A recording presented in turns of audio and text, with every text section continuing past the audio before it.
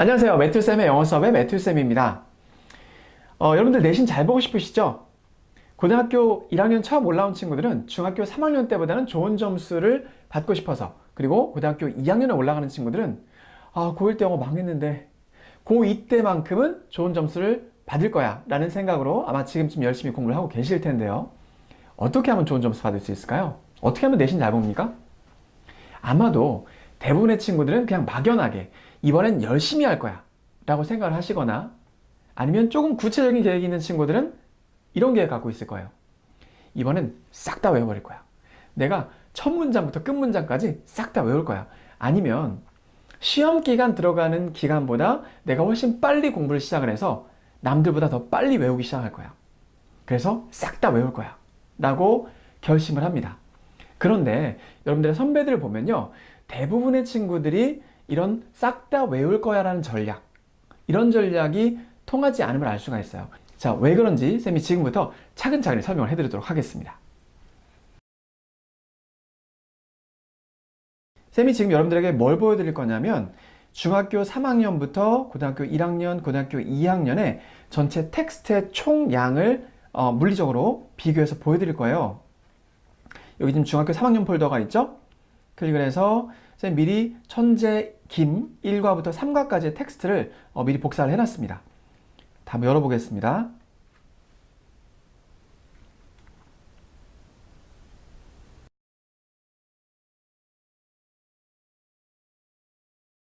중학교 3학년 때는 보통 1과부터 3과, 4과부터 7과 이렇게 해서 3과씩이 보통 한 번 시험에 내신 범위가 들어가죠.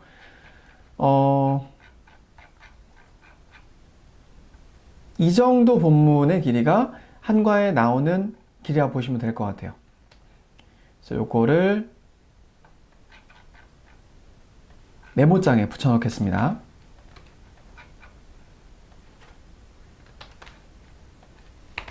네, 이렇게 하게 되면 1과의 내용이 다 복사가 됐죠. 그리고 이거입니다. 이과도 똑같은 방법으로 분량이 한 페이지밖에 안 되네요. 제목부터 해서 Ctrl C 하고 메모장에 붙여넣기. 3과 한번 보겠습니다. 3과가 여기서부터 복사해서 메모장에 붙여넣기. 네, 여기까지죠? 자, 이렇게 해서 지금 이 메모장 안에 1과부터 3과까지 중학교 3학년에 한 번에 내신 들어가게 되는 시험 범위가 1과부터 3과까지가 들어가 있어요. 그래서 이 전체를 어떻게 할 거냐면 단어의 개수를 좀 세어보려고 해요. 그래서 단어의 개수는 어떻게 셀 수가 있냐면, 이 전체 지문을요, 중학교 3학년 한 번에 내신 들어가게 되는 시험 범위 전체 지문을 전체를 복사를 해서 Ctrl C MS Word에다 붙여 넣으면요, 아랫부분에 단어의 수가 계산이 돼서 나옵니다. 복잡하게 할 건 아니고 간단하게 한번 비교를 해보겠습니다. 자, 중3 때는 단어의 개수가 한 번 시험 볼 때 여러분들이 공부해야 되는 텍스트의 총량이 1012단어라는 거죠. 단순하게 단어만 비교를 했을 때요. 그리고 지우고. 중3은 끝났죠? 고1은요, 일반적으로 2015 개념으로 넘어가게 되면서 교과서 2과와 그리고 모의고사 1과 정도가 평균적으로 들어가게 돼요. 그래서 이 모의고사 1과와 교과서 2과 정도의 모의고사 1과와 교과서 2과 정도의 텍스트 분량을 한번 복사해서 분량을 한번 보도록 하겠습니다. 세 가지를 다 열어서요. 네, 파일이 3개나 돼서 좀 오래 걸리죠? 네, 여기가 지금 보고 있는 파일이 The Final Touchdown 2015 개정 영어 1과의 능률김 1과의 내용이죠. 그래서 전체를 복사를 해서 Ctrl A, Ctrl C 그리고 메모장에다 붙여넣기 하겠습니다. 그리고 2과 Ctrl A, Ctrl C 메모장 붙여넣기. 네, 그리고 모의고사 한 회 분량 정도 들어가기 때문에 이것도 전체 복사를 해서 Ctrl A, Ctrl C 메모장에 붙여넣기. 사실 한글에서도 밑에 글자 수가 나오는데요. 이 글자 수는 그 월드의 수가 아니라 캐릭터의 수예요. 그러니까 몇 단어가 있는지 그 렉터를 세는 거기 때문에 사실 우리에게는 무의미하죠. 지워버리고 전체 복사해서 MS 워드에 붙여넣기 한번 해보겠습니다. 붙여넣기를 했더니 몇 단어입니까? 3293단어가 나왔어요. 고1은 3293단어.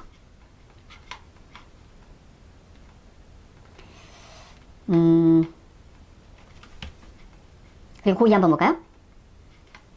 고2는요, 일반적으로 영어 원이 중간고사에 3과가 들어가고 기말고사에 3과가 들어갑니다. 왜냐면 영어 원 한 권 전체를 놓고 봤을 때 1과부터 6과까지 보통 편성이 되어 있거든요. 그렇기 때문에 한 번 시험에 3과씩 들어가고 모의고사 한 회 분량 또는 2회 분량, 많은 학교는 2회 분량까지가 기본적인 시험 범위예요. 그래서 모의고사 한 회 분량을 가정해서 한번 단수를 세보도록 하겠습니다. 영어 원은 일반적으로 영어에 비해서 텍스트 분량이 조금 더 길죠. 한 20% 정도 더 늘어난다고 보시면 되는데 한번 텍스트 분량을 세보도록 할게요. 네, 지금 보고 있는 텍스트가 2015년 영어 원 1과의 내용이죠. 메모장에 붙여넣기. 1과는 끄고요. 그리고 2과의 내용 메모장에 붙여넣기. 2과도 끄고 그리고 3과의 내용 메모장에 붙여넣기. 3과도 끄고 네, 그리고 모의고사입니다. 이번에 있었던 3월 모의고사죠. 전체 복사 붙여넣기. 전체 복사해서 월드가 없어졌네요. 네, 그리고 붙여넣기를 한번 해보겠습니다.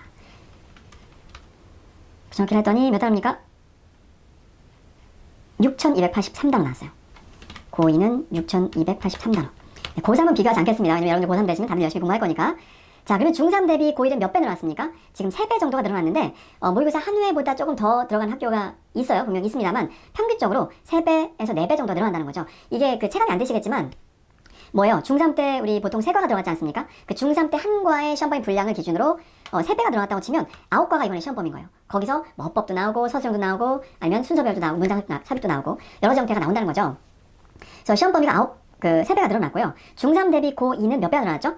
총 6배가 늘어났어요. 그러니까 중3을 1로 본다면 고1은 3배에서 4배가 된 거고 그리고 고2는 6배가 된 겁니다. 시험 범위가 굉장히 많이 늘어났죠. 중3 때 우리 암기했던 거 한번 좀 잘 생각해 보실까요? 중3 때 암기했을 때도 테스트 분량을 다 외우기가 만만한 분량은 아니었을 거예요. 근데 이게 3배로 늘어난다? 이거 불가능합니다. 여러분들이 영어만 공부하는 것도 아니고 타 과목의 학습 분량도 동시에 늘어나기 때문에 영어 텍스트 전부를 외운다는 건 불가능해요. 그러면 여러분들이 공부하실 때 좀 어느 정도의 전략을 갖고 공부를 하셔야겠죠. 그 전략에 대해서 말씀을 드리려고 해요. 텍스트 분량이 많아졌을 때 우리가 취할 수 있는 전략은 싹 다 외우는 건 불가능하다고 했습니다. 싹 다 외우는 건 불가능하다면 어떤 전략을 취해야 하느냐? 자, 첫 번째 전략입니다. 선생님이 12년 동안 대충해서 영어를 가르치다 보니까 시험 문제도 많이 봤을 거 아니에요. 한번 먼저 같이 볼까요? 선생님이 기출문제를 가지고 나왔습니다. 강남권 기출문제인데요. 네, 같이 보도록 하죠.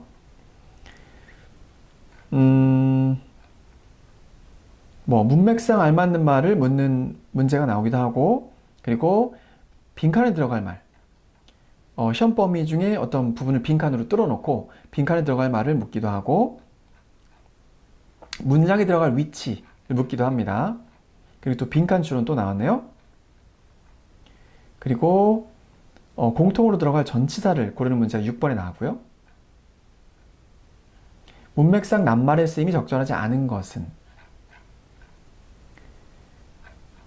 그리고 어법상 틀린 것을 2개 고르라 합니다.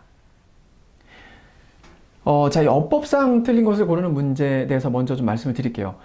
어법성 판단 문제하고 서술형 문제를 여러분들이 가장 어려워하는데 사실상 고득점에서 가장 중요한 포인트이기도 해요. 어법성 판단 문제 같은 경우는 대부분의 경우가 동사와 접속사에서 나옵니다. 그리고 선생님이 학교에서 중요하다고 했던 문법 있죠. 거기에서 대부분이 나오는 거예요. 서술형 같은 경우는 문법적으로 중요한 부분을 포함하고 있거나 그리고 짧은 중요한 문법을 포함하고 있는 문장이 서술형으로 나온다 보시면 될 것 같아요. 이것도 학교쌤이 문제를 출제하시기 때문에 학교쌤이 이 부분은 중요해 하고 좀 유난히 설명 많이 하는 부분이 있죠. 그런 부분을 잘 듣고 필기도 잘 해두셔야 됩니다. 특히나 단문을 복문으로 전환하는 문제라든지 아니면 더모의 구문을 as로 바꾼다든지 아니면 가정법을 직설법으로 바꾼다든지 그런 정형화되어 있는 문장을 바꾸는 형태의 문제가 있어요. 그런 문제들도 쉽사리 나오기 때문에 반드시 외워두셔야 됩니다. 반드시 외워두셔야 되고 교과서 같은 경우는 굉장히 난이도가 쉽죠. 좀 쉬운 편이에요. 수능형 지문에 비해서 난이도가 쉽기 때문에 전체적인 내용을 달달 꿰고 있으면서 그 중에서 중요할 것 같은 문장을 포함하고 있는 문장은 반드시 외워두셔야 됩니다. 그 중에서 짧은 문장들은 반드시 나온다고 보시면 될 것 같아요. 자, 그리고 뭐 했을 조언으로 알맞은 것은 결국 이제 내용과 관련된 문제가 좀 많이 나오는 것 같습니다. 이 학교는요. 전체 흐름과 관계없는 문장은 또 묻고 있고요. 그리고 여기도 지금 어휘를 묻고 있는데 어휘를 아는지 모르는지를 묻는 게 아니라 이 지문 전체의 내용을 여러분들이 파악을 하고 있는지를 묻고 있는 거예요. 그래서 여러분들이 내용을 파악을 하고 있다면 그 자리에 제대로 된 단어를 넣겠죠. 그래서 그 능력을 보고 있는 거고요. 그리고 순서 배열. 어법상 틀린 것은. 어법상 판단 문제 같은 경우는 접속사 아니면 동사에서 대부분이 나옵니다. 접속사 아니면 동사에서 대부분이 나와요. 그리고 여러분들이 내신 공부하실 때 굉장히 중요한 포인트가 하나 있습니다. 대부분의 경우는 동사에서 나옵니다. 동사의 경우는요, 장난칠 수 있는 거리가 굉장히 많기 때문에 첫 번째로 시제, 두 번째로 태, 세 번째 병렬, 네 번째 수일치. 문장을 보실 때 어떤 동사에 s가 붙어 있거나 s가 붙어 있지 않거나 꼼꼼히 보세요. 수일치로 나올 수 있습니다. 특히 현재 시제일 경우에 수일치 나오겠죠. 병렬, and, or, but과 같은 등접속사 뒤에 나와 있는 동사는 병렬 문제로 나올 수 있습니다. 여기에 s가 붙는지 수일치와 결부돼서 나올 수 있고요. ing 형태가 맞는지, 투부정사가 맞는지, 과거형이나 pp가 맞는지, and, or, but 뒤에 나오는 동사는 형태 잘 봐주셔야 됩니다. 그리고 태가 굉장히 많이 나와요. 태는요, 정말 많이 나온다고 보시면 돼요. 태가 동사 문장가 나왔을 때 거의 절반 이상은 태라 보시면 됩니다. 이 문장에 수동태가 쓰였다면 능동태가 맞는지 수동태가 맞는지 당연히 물어볼 거고요.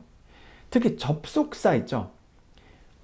when이나 while과 같은 또는 if와 같은 접속사 뒤에 동사가 능동태인지 수동태인지, 그러니까 ing인지 pp인지도 굉장히 많이 물어봅니다.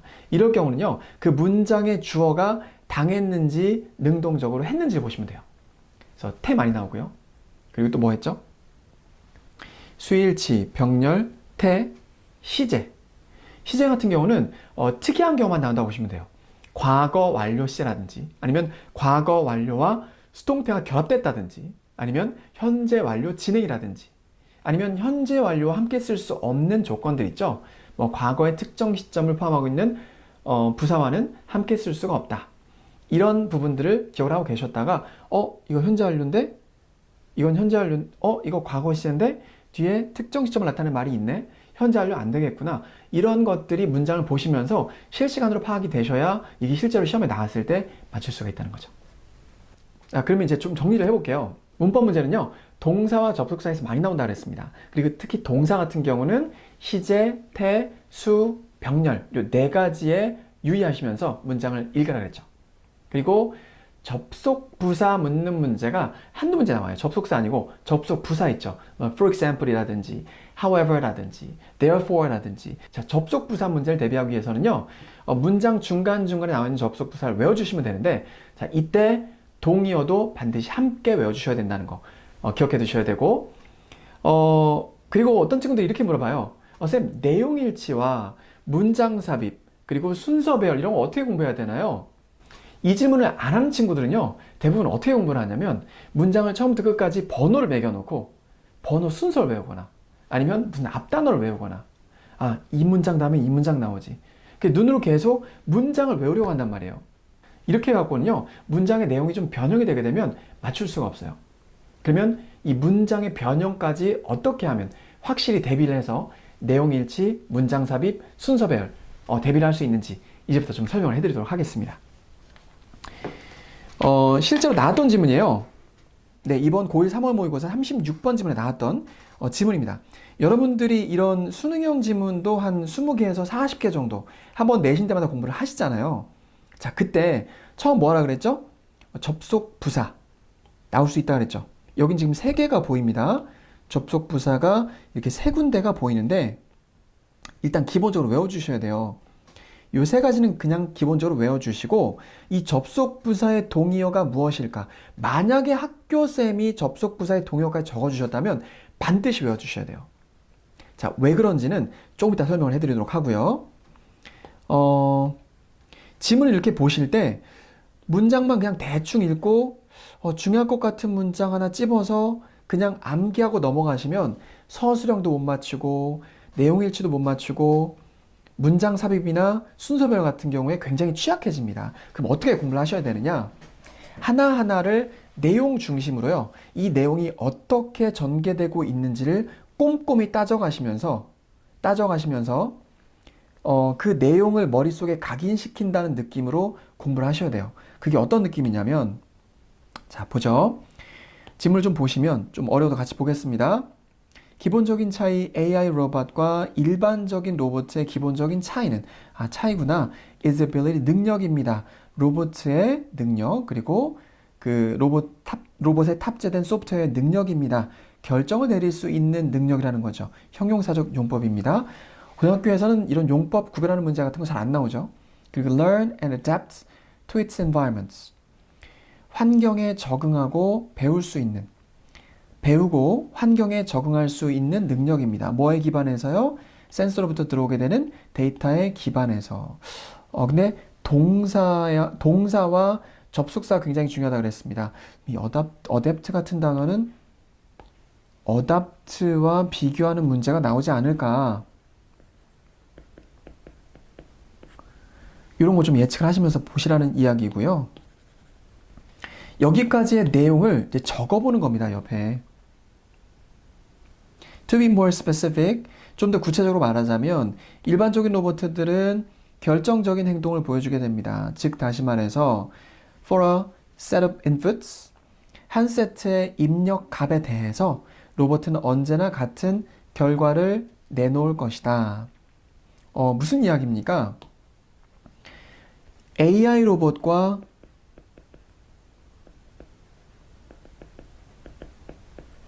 일반 로봇의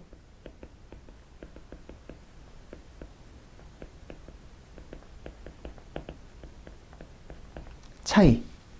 그리고 부연 설명으로 뭐라 그랬죠? 일반적인 로봇들은 결정적으로 정해진 행동만을 할 것이다. 굉장히 수동적으로 정해진 아웃풋만을 가져온다는 이야기죠. 그러면서 일반 로봇은 부연 설명입니다. 일반 로봇은 R이라고 쓸게요, 로봇을. 일반 로봇은 정해진 결과만을 내놓을 것이다. 이 정도만 적어두시면 돼요. 그리고 뒷부분에 for instance는 읽어보시면 같은 상황에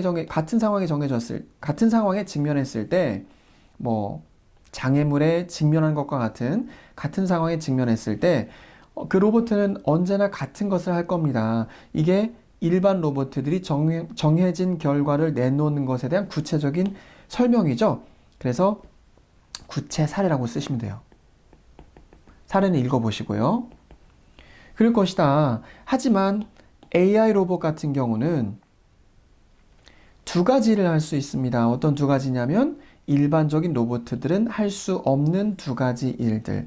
이때 can이 대동사 역할을 하면서 cannot do가 생략되어 있는 거죠. 두 가지를 할 것이다. 그러면서 반대되는 사례로 이렇게 AI 로봇은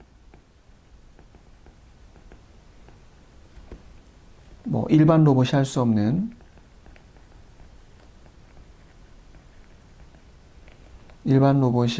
없는 두 가지를 할 수 있다. 가능할 가짜. 그리고 그 두 가지에 대해서 정리만 뒷부분 이렇게 해주시면 돼요. 두 가지가 뭡니까?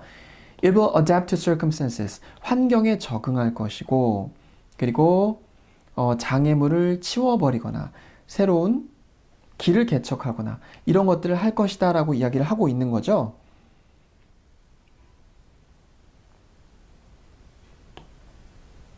첫 번째가 환경 적응.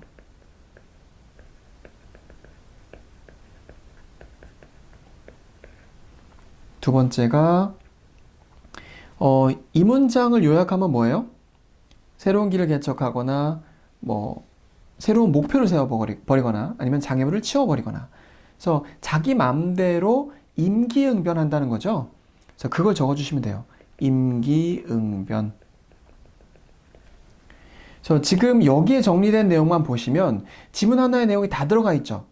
그래서 이 글의 흐름이 한글만 봐도 이 글이 어떤 짜임새로 흘러가고 있구나 라는 걸 예측할 수 있단 말이에요. 그렇기 때문에 여러분들이 지문별로 이렇게 간단하게나마 정리를 좀 해주시면 지문이 어떻게 바뀌더라도 뭐 순서배열로 나오거나 문장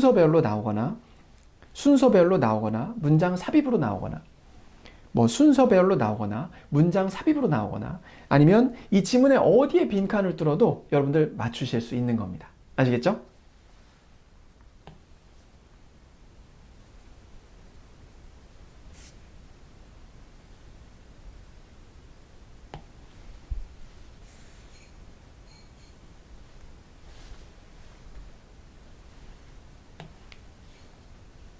네, 그리고 두 번째, 그리고 이번 페이지는 쌤이 방금 봤던 지문을 대상으로 문제를 하나 만들어 왔어요. 아까 그 접속부사 문제가 나올 수 있다 해서 접속부사를 외우더라 그랬는데 여러분들이 방금 봤던 지문에서 A와 B에 들어갔던 접속부사들 기억하시나요? 그죠? 기억하는 친구들 있을 거예요. 그럼 문제 한번 같이 풀어볼까요? A와 B에 들어갈 연결어가 알맞게 짝지어진 것을 고르시오. 나왔습니다. 여러분들은요, 이 A에 들어간 접속부사가 대리즈라고 생각을 하시죠? 여러분들은요, A에 들어갈 이 접속부사가 대리즈라는 접속부사로 굉장히 각인이 되어 있어요. 머릿속에. 그래서 여러분들은 1번 아니면 2번을 고르게 되어 있습니다. 왜냐하면 A는 분명히 대리즈였기 때문에 이거 아니었으면 큰일 날 뻔했네 이거. 대리즈야. 근데 이제 B는 약간 흐릿해지는 거죠. 여기에서 너무 자신감을 얻어서 B에서 however나 therefore 뒷문장과 앞문장의 논리적 연결관계도 따져보지 않고 아무나 하나 찍는 거예요. 그러다 보면 낚이는 겁니다. 답은 몇 번이죠? 3번이었어요. A는 원문에선 대리즈가 맞는데 동의어가 대리즈는 즉 다시 말해서란 뜻을 갖는 접속 부사란 말이에요. 대리즈의 동의어로 namely라든지 in other words라든지 이런 표현들을 쓰죠. 이런 표현들을 사용을 하죠. 그래서 대리즈의 동의어로 namely가 여기 나와 있는 겁니다. 그리고 B는 원래 for instance였는데 for instance의 동의어인 for example로 바꿔서 낸 거죠. 자, 이 문제의 포인트는 접속부사의 동의어예요. 대리즈만 보시고 낚이시면 안 된다는 겁니다. 그래서 접속부사는 반드시 동의어까지 암기를 하셔야 된다는 거까지 좀 정리를 해두시고, 이렇게 해서 좀 어떻게 보면 약간 두서없이 내신에 나오는 포인트들, 그리고 여러분들이 내신을 공부하실 때 적용해야 되는 방법에 대해서 좀 정리를 해봤는데, 사실 학교생들은 정해진 지문 속에서 뭐 내용일치라든지 순서배열이라든지 낼 수 있는 문제 종류가 한정되어 있기 때문에 여러분들은 내용만 달달 숙지하시면 돼요. 이 내용을 숙지하시는 과정에서 수능형 지문의 대처법과 그리고 교과서의 대처법에 대해서 간단하게 정리를 해드렸습니다. 자, 그러면 이번 강의는 여기서 정리하도록 하고요. 만약에 내신을 공부하시다가 뭐 어떻게 공부해야 될지 모르겠다, 막히는 부분이 있다, 그런 부분이 있으시면 아래 댓글로 남겨주시면 쌤이 친절하게 답변 드리도록 하겠습니다. 이번 내신도 화이팅입니다.